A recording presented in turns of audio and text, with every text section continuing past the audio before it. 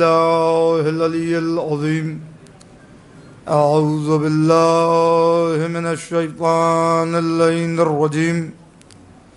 بسم الله الرحمن الرحيم.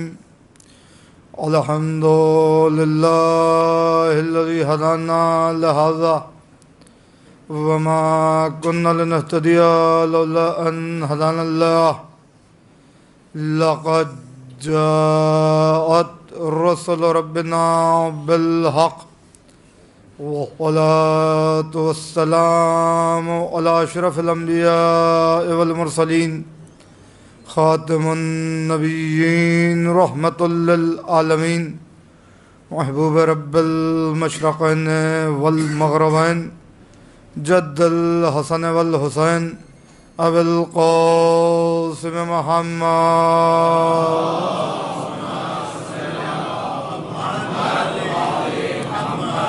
وعلى أهل بيته الطيبين الطاهرين المعصومين المظلومين المنتخبين المنتجبين ولعنة الله على أعدائهم أجمعين من الآن إلى قيام يوم الدين.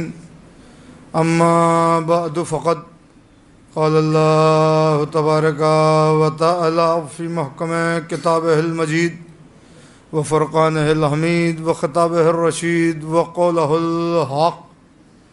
بسم الله الرحمن الرحيم. هل أتى على الإنسان حين من الدهر لم يكن شيئا مذكورا. ایک صلوات بھیجے محمد.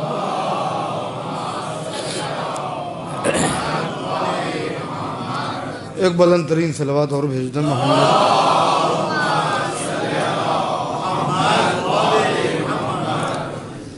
حضرات آج ذرا سے فلائٹ کافی لیٹ ہو گئی جس کی وجہ سے مجلس میں تاخیر ہوئی ہے. کل سے انشاءاللہ مجلس اپنے معین وقت پر شروع ہو جائے گی. اس کے لیے آپ حضرات کو جو انتظار کرنا پڑا اس کے لیے میں صمیم قلب سے معذرت چاہتا ہوں. بہرحال یہ قوم انتظار سے نہیں گھبراتی اس لیے کہ انتظار یہاں عادت نہیں ہے عبادت ہے. جیسا کہ آپ میں سے بہت سے افراد کو ان 5 مجالس کے عنوان سے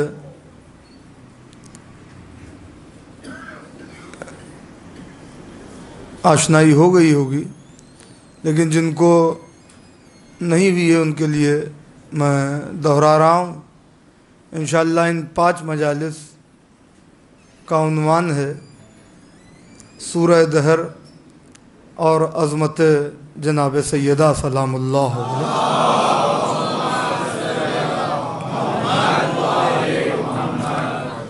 عام طور سے دیکھا یہ جاتا ہے کہ کوئی بھی عنوان یا موضوع دیا جائے تو اس میں ایک سورے سے متعلق گفتگو ذرا کم ہوتی ہے کیونکہ وہ تفسیر کا معاملہ ہوتا ہے، مجلس کا مسئلہ نہیں ہوتا. یوں تو سارا قرآن مدح اہل بیت میں ہے اور اس کے علاوہ اور کچھ نہیں ہے. آسان ہوتا ہے عنوان یوں دے دینا کہ قرآن اور عظمت سیدہ. خطیب کے لیے بھی کئی راستے ہیں، مگر جب ایک سورے سے عنوان ذرا منسلک ہو جائے تو بہرحال خطیب خود اپنے لیے ایک مشکل پیدا کر لیتا ہے، اور وہ مشکل اس وقت میں اپنے لیے پیدا کر چکا ہوں، مگر اس بھروسے پر کہ جس کا ذکر کر رہا ہوں وہ مشکل کشا ہے. پڑھے لکھے افراد میرے سامنے بیٹھے ہوئے ہیں، مجلسی افراد ہیں. میں نے سورہ دہر کی پہلی آیت کی تلاوت کا شرف حاصل کیا ہے۔ ارشاد ہوتا ہے کہ بسم اللہ الرحمن الرحیم، حل اتی علی الانسان حین من الدہر لم یکن شیئا مذکورا۔ ایک سائن آف انٹروگیشن ہے، ایک انٹروگیٹو سینٹنس ہے، ایک سوالیہ نشان ہے۔ یوں سمجھ لیں کہ قرآن ذہن انسانی کو جھنجھوڑ رہا ہے اور ساری خلقت کو دعوت فکر و نظر دیتے ہوئے اعلان کر رہا ہے کہ حل اتی علی الانسان، کیا انسان پر کبھی ایسا بھی وقت آیا، حین من الدہر، کیا انسان پر کبھی ایسا زمانہ گزرا کہ جب وہ قابل ذکر مخلوق نہیں تھا۔ دیکھیے، میں کسی تمہید میں نہیں جانا چاہتا، کیونکہ 5 مجلسیں 10 ہوتی تو ضرور کچھ نہ کچھ تمہید بیان ہوتی۔ آپ ذرا سا موضوع سے آپ فیملیئر ہو جائیں اور ایک پلیٹ فارم ہموار ہو جائے، انشاءاللہ پھر گفتگو اسی ٹریک پر چلے گی۔ اور کوشش کروں گا کہ شہزادی کے خطبہ فدق کے بھی کچھ جملے آپ کی سماعت کے، سارے نہیں، کچھ جملے آپ کی سماعت کا ہدیہ کیا جائیں، اور یہ اعلان ہوگا آئندہ سال کی انشاءاللہ مجالس کا کہ پوری مجلس انشاءاللہ جو 5 مجلسیں ہوں گی آئندہ سال جسے میں پڑھنے کے لیے آؤں گا، اس کا عنوان ہی ہوگا خطبہ فدق۔ وہ ایک اعلان ہو چکا آئندہ سال کی مجلسوں کے لیے۔ بہرحال یہ ایک ربط ہے، ایک لائن ہے، ذرا سا بس آپ متوجہ رہیں، نتیجہ تھوڑی دیر میں آپ کے سامنے ہوگا۔ حل اتی علی الانسان حین من الدہر، کیا انسان پر کبھی ایسا زمانہ گزرا کہ وہ قابل ذکر مخلوق نہیں تھا؟ اگر آپ لغت کو اٹھا کے دیکھیں گے عربی کی اور ڈکشنری کو اٹھا کے دیکھیں گے تو اس آیت میں 2 لفظ آئے ہوئے ہیں۔ ایک لفظ آیا حین، ہے یہ اور نون، حین۔ ایک لفظ آیا دہر، دال، ہے اور رے، حین من الدہر، یعنی دہر میں سے ہین۔ توجہ رکھیے گا، دہر میں سے ہین۔ اب اس کا اصل ترجمہ کیا ہے میں ابھی آگے بتاؤں گا، پہلے ذرا وضاحت کر دوں۔ میں نے کہا لغت اور ڈکشنری کو اٹھائیے، آپ کو لغت میں ہین کے معنی بھی زمانے کے ملیں گے اور دہر کے معنی بھی زمانے کے ملیں گے۔ اب اگر ہمارے جیسا ناقص انسان خطاب کر رہا ہو تو یہ ہو سکتا ہے کہ ایک لفظ کو کئی بار استعمال کیا جائے جس کے ایک ہی معنی ہے، مگر جب خالق کائنات کا کلام کرے تو وہاں معاذ اللہ کوئی نقص نہیں ہو سکتا۔ قرآن کی فصاحت اور بلاغت اور ندرت پر دنیائے ادب سر دھن رہی ہے۔ یہ ایسا کلام ہے جس کا کوئی جواب ہی نہیں ہے۔ وَإِن كُنتُمْ فِي رَيْبٍ مِّمَّن نَّزَّلْنَا عَلَىٰ عَبْدِنَا فَأْتُوا بِسُورَةٍ مِّن مِّثْلِهِ، اگر تمہیں اس بات میں شک ہے کہ جو ہم نے اپنے عبد پر، اپنے بندے پر، اپنے رسول پر نازل کیا ہے وہ ہمارا کلام نہیں ہے تو تم ایک سورہ بھی بنا کے لاؤ۔ توجہ چاہ رہا ہوں، یہ چیلنج ہے قرآن مجید کا کہ ایک سورہ بنا کے لاؤ۔ یہ رہتی دنیا تک چیلنج ہے، یہ نہیں کہ صرف اسی زمانے کے لیے تھا، کیونکہ قرآن کے بعد کوئی اور کتاب نازل نہیں ہوئی۔ قرآن کو جانا ہے قیامت تک، تو جب قرآن کو جانا ہے قیامت تک تو اب قیامت تک کوئی ایک جواب لے کے آؤ اس کتاب کا۔ کتاب تو بہت دور، اس کے ایک سورے کا جواب لے کے آؤ، نہیں، سورہ بھی بہت دور، ایک آیت کا جواب نہیں لا سکتے، آیت بھی بہت دور، ایک لفظ کا جواب نہیں لا سکتے، لفظ بھی بہت دور، ایک حرف کا جواب نہیں لا سکتے. یہ کوئی میں جذبات میں نہیں کہہ رہا ہوں، یہ حقیقت ہے، میری کوئی خطابت تو نہیں ہے. ایک حرف کا جواب نہیں لا سکتے، اس لیے کہ قرآن مجید میں حروف کا معاملہ بھی اگر آپ دیکھیں تو حروف مقطعات ہیں. الف لام میم. دنیا نہ سمجھ سکی کہ الف کیا ہے، لام کیا ہے، میم کیا ہے. میری یہی تو نہیں سمجھ میں آتا کہ جب دنیا کی سمجھ میں قرآن کے حروف نہیں آ رہے ہیں تو سارا قرآن کیسے کافی ہو جائے گا. ایک صلوات بھیج دے محمد و آل محمد پر. غور کرنے والی بات ہے نا. میرا خیال ہے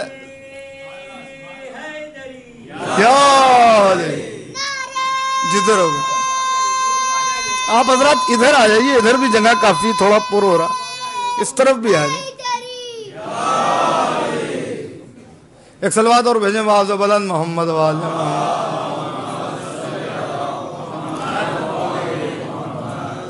تو بھائی دونوں لفظوں کے معنی ایک ہیں. حین کے معنی بھی زمانہ اور دہر کے معنی بھی زمانہ. تو قرآن نے یہ دونوں لفظ ایک آیت میں رکھے کیوں جب دونوں کے معنی ایک تھے؟ اس کا مطلب کچھ فرق ہے. تو جب آپ معصومین سے پوچھیں گے، کیونکہ سوائے معصوم کے اور کوئی قرآن کا نہ مفسر ہو سکتا ہے نہ مبصر ہو سکتا ہے، نہ قرآن کی تفسیر کر سکتا ہے، نہ قرآن پر تبصرہ کر سکتا ہے، نہ قرآن پر بول سکتا ہے. سوائے معصوم کے کوئی اور نہیں بول سکتا، کیونکہ جو بھی بولے گا وہ اپنی عقل کے حساب سے بولے گا، اور قرآن سارے زمانے پر محیط ہے. تو لہٰذا عقل کل کی ضرورت ہے، عقل اول کی ضرورت ہے کہ وہ قرآن کی آیتوں کے متعلق گفتگو کرے اور تبصرہ کرے اور قرآن کی آیتوں کی تفسیر کرے. لہذا جب معصوم سے پوچھا گیا کہ حین کیا ہے اور دہر کیا ہے، تو معصوم نے فرمایا حین کہتے ہیں ایک ایسے وقت کو جو محدود ہو. لیکن تھوڑا سا گفتگو گاڑی ہے، میں آسان کر دوں گا، پریشان نہ ہوئیے گا. ہاں یہ نہ سمجھیے گا کہ مولانا تو لگے پوری تفسیر بیان کریں. حین کہتے ہیں ایک ایسے وقت کو جو محدود ہوتا ہے. محدود کا مطلب اس کی ایک حد ہے جو معین ہے. ایک حد ہے جو معین ہے، اسے کہتے ہیں حین. وہ حین سال بھر کا بھی ہو سکتا ہے، 10 سال کا بھی ہو سکتا ہے، 25 سال کا بھی ہو سکتا ہے. اسے کہتے ہیں حین. دہر کسے کہتے ہیں؟ دہر کہتے ہیں لامتناہی زمانے کو، جس کی نہ کوئی حد ہے نہ سرحد ہے. اب خدا کے لیے میں جملہ کہنے جا رہا ہوں اور یہیں سے آپ سمجھیے کہ کیا اس گھرانے کی عظمت اور کیا کوئی سمجھے گا.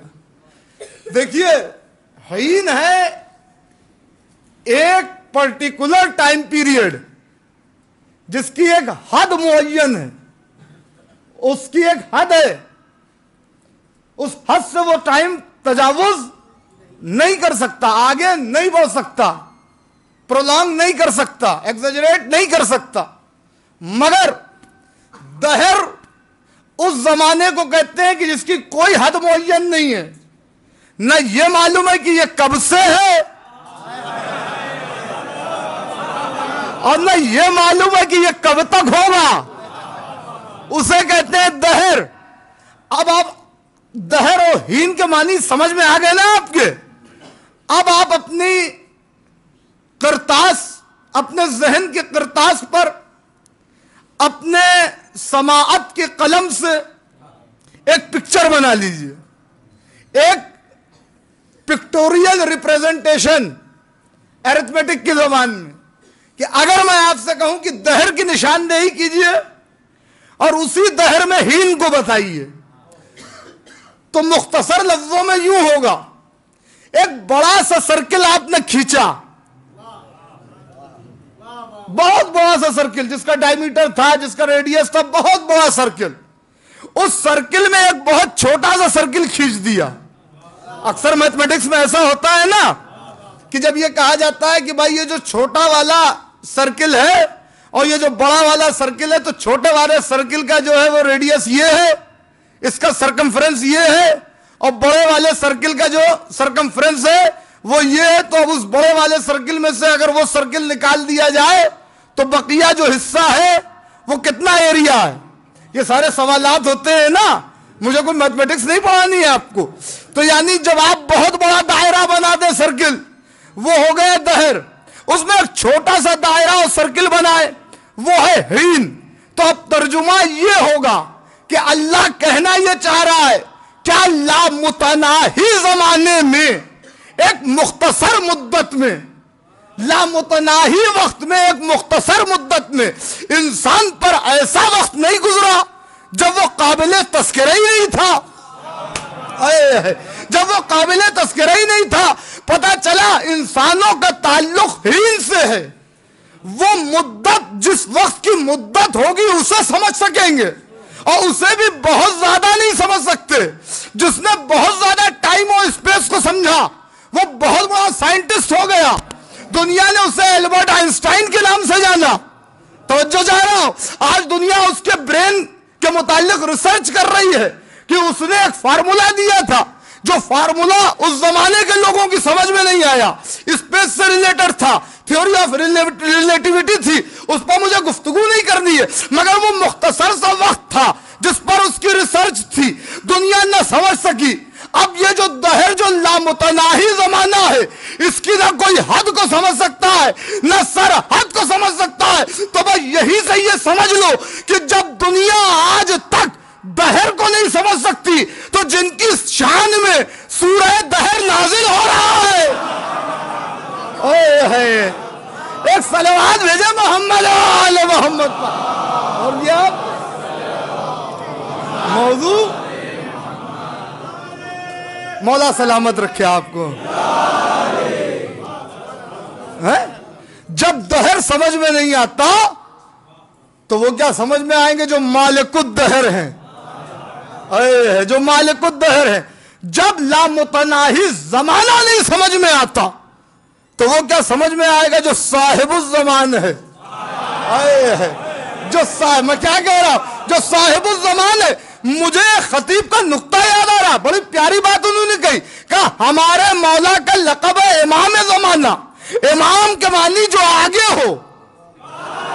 ارے میں کیا کہہ رہا ہوں، امام زمانہ، امام کے معنی لغت میں جو آگے کھڑا ہو، جو مسجد میں نمازیوں سے آگے کھڑا ہو جائے، وہ نمازیوں کے لیے امام بن گیا. یعنی جو آگے رہے ہمیشہ اسے امام کہتے ہیں.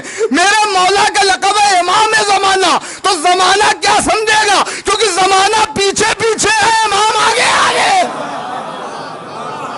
ایک صلوات بھیجے محمد آل محمد.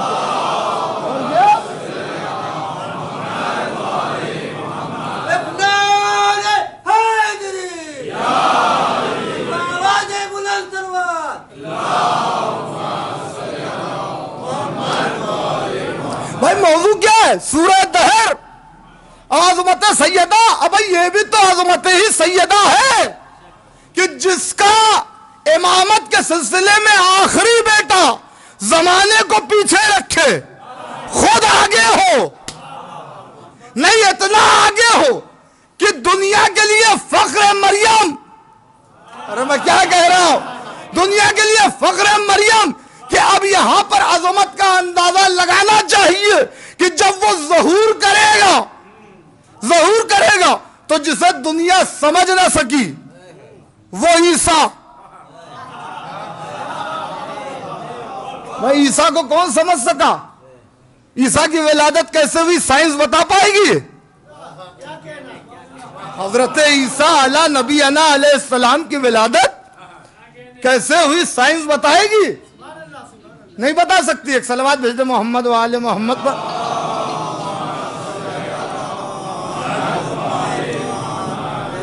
ایک بلند ترین صلوات اور بھیج دے محمد و آل محمد.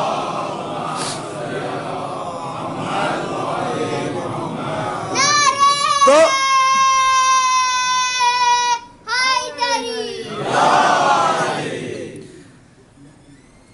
بتا پائے گی سائنس؟ نہیں بتا سکتی. ہمت ہی نہیں، کیسے سمجھائے، کس طرح بتائے؟ یہ تو اللہ کا امر ہے. جس کی ولادت سمجھ میں نہیں آتی. بطول کا بیٹا ہے، ماں بطول ہے، ماں معصومہ ہے، خود بھی معصوم ہے، نبی بھی، رسول بھی، صاحب شریعت بھی، صاحب کتاب بھی. حضور قرآن پڑھیے، خالق کہا اللہ نے عیسیٰ کو. دیکھیں کچھ لوگ خاموش ہو گئے، یہ کیا ہو گیا؟ ارے بھیا کہا. کسی شاعر کو آپ کہتے ہیں کہ فلاں شعر کے خالق ہیں، سب سن لیتے. حضرت عیسیٰ خالق ہیں.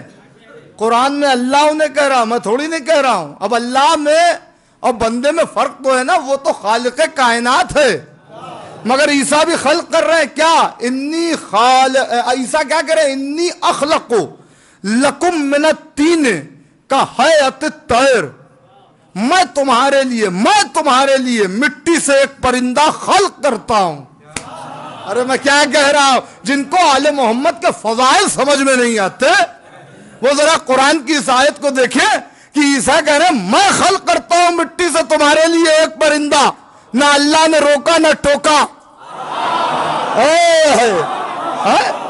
بلکہ قرآن میں ذکر کیا کہ عیسیٰ خلق کر رہے مٹی سے ایک پرندہ کہیئۃ الطیر. میں اسے اڑنے والا پرندہ بنا دوں گا. اب پھونکا وہ اڑنے لگا. عیسیٰ ٹھوکر مارے مردہ زندہ ہو جائے. عیسیٰ بلند ہو چوتھے آسمان تک جائے.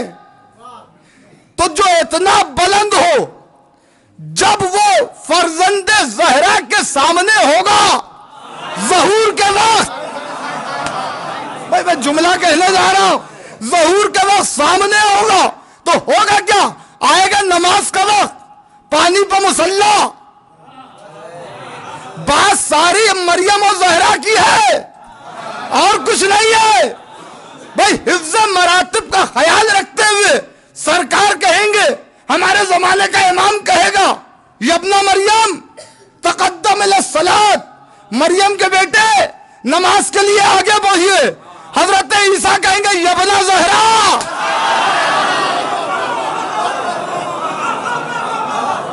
ایک صلوات بھیجے محمد و آل محمد پر.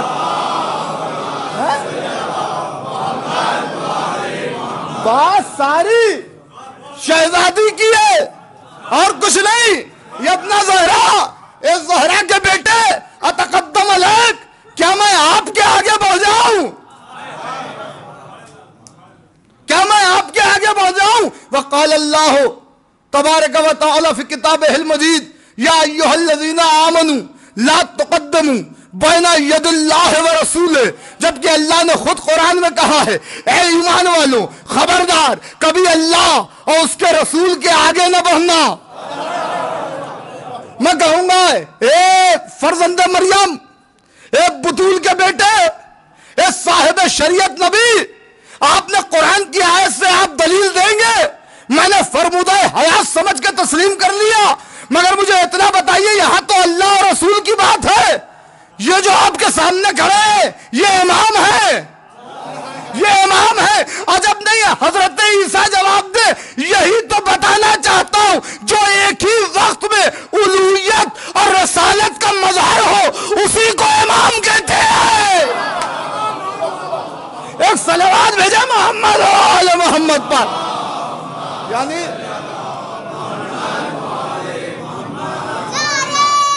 جدھر ہو بیٹا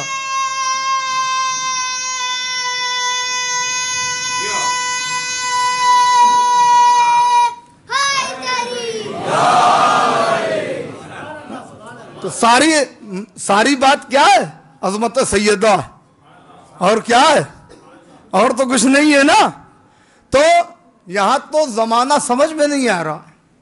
صاحب الزمان کیا سمجھ میں آئیں گے؟ امام زمانہ کیا سمجھ میں؟ عصر سمجھ میں نہیں آتا تو ولی العصر کیا سمجھ میں آئے گا؟ ارے بھائی ایک صلوات بھیجے محمد و آل محمد پر. یہ القاب کیا خوش ہونے کے لیے دے دیے گئے؟ معاذ اللہ. ایک ایک لقب اپنے اندر معنی اور مفاہیم اور مطالب کے سمندر سمیٹے ہوئے. لقب کہا جائے، ولی العصر کہا جائے سن لیں گے، معنی بتائے جائے تو پریشان ہیں۔ زمانے کا امام کہا جائے سن لیا جائے، معنی بتایا جائے تو پریشانی ہے۔ جیسے ید اللہ کہا گیا تو سن لیا، ارے میں کیا کہہ رہا ہوں بھائی، اور جب ہم نے معنی بتایا تو پریشانی ہو گئی، یہ کیا ہے وہ کیا ہے؟ ارے بھائی کوئی ہم نے اپنی مرضی سے کچھ کیا؟ دین ہماری مرضی کا نام ہے، دین نام ہے اللہ کی مرضی کا، معصوم کی مرضی کا۔ بہرحال عزیزان گرامی، موضوع سورہ دہر ہے، تو اللہ کہہ رہا لا متناہی زمانے میں، کیا ایک مختصر ٹائم پیریڈ میں انسان پر ایسا وقت نہیں گزرا جب وہ قابل ذکر مخلوق نہیں تھا؟ آگے آیت بڑھی،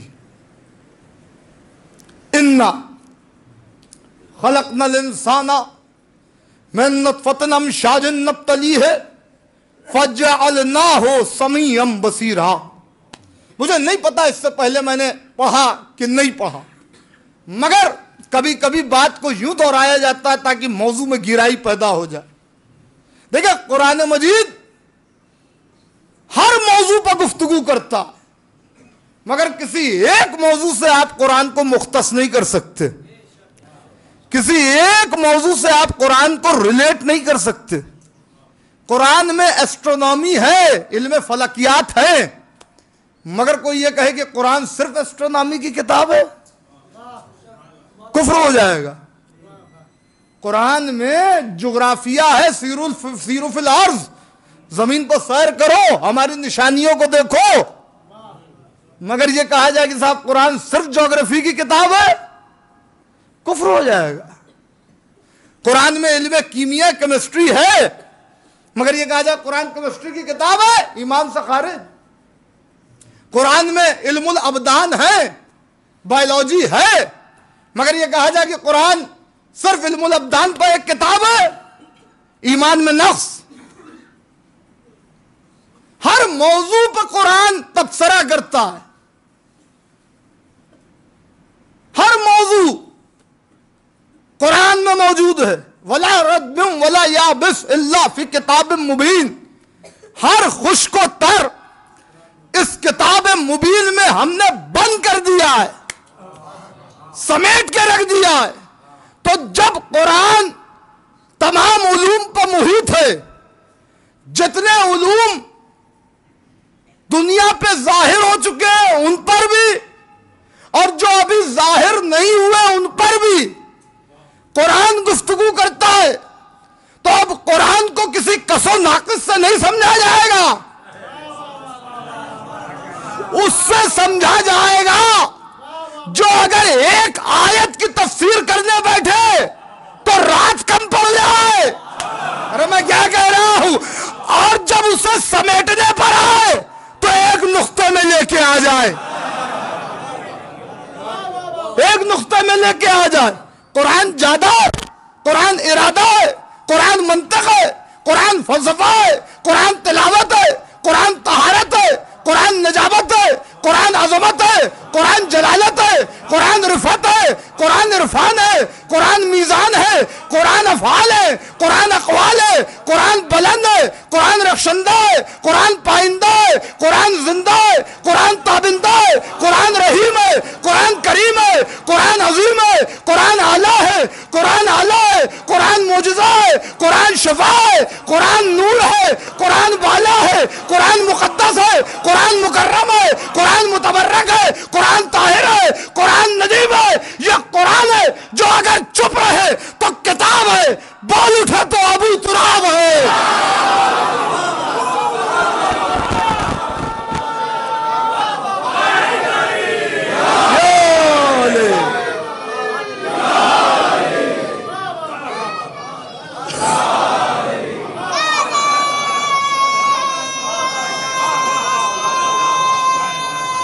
مولا سلامت رکھے بیٹا،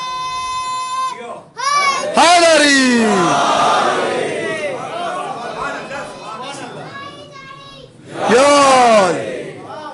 ایک بلند ترین صلوات اور بھیج دے محمد و آل محمد۔